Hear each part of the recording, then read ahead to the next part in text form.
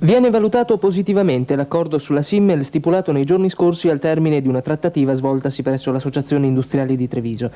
Mentre la SNIA BDP del gruppo Fiat è diventata l'unica proprietaria dell'azienda di Castelfranco, prelevando anche il pacchetto EFIMA a partecipazione statale, sono stati definiti dei punti importanti sia per il settore militare, il munizionamento, che per quello civile, le catenarie.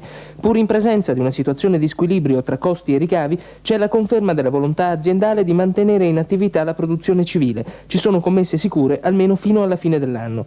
Per il solo personale cassintegrato del settore militare, dal 1 giugno verrà attuata la rotazione a 30 lavoratori alla volta sui 90 al munizionamento. Per il part-time c'è poi la disponibilità aziendale a prendere in considerazione prestazioni di questo tipo a richiesta dei singoli lavoratori. Questi i punti salienti. La valutazione del sindacato. Elio Bressan, segretario generale della FIMCISL Destra Piave.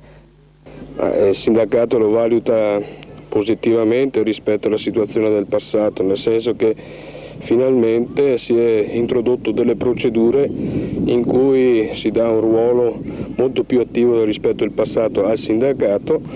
In questo accordo c'è previsto una procedura riguardo i vari punti, tra cui il tempo parziale, i corsi di riqualificazione professionale, un esame attorno al problema degli orari che dovrebbe in qualche modo permettere un recupero di persone che attualmente si trovano in cassa integrazione. Attualmente la Simmel occupa 1092 dipendenti, 63 potrebbero usufruire quest'anno del prepensionamento, 360 sono i cassintegrati.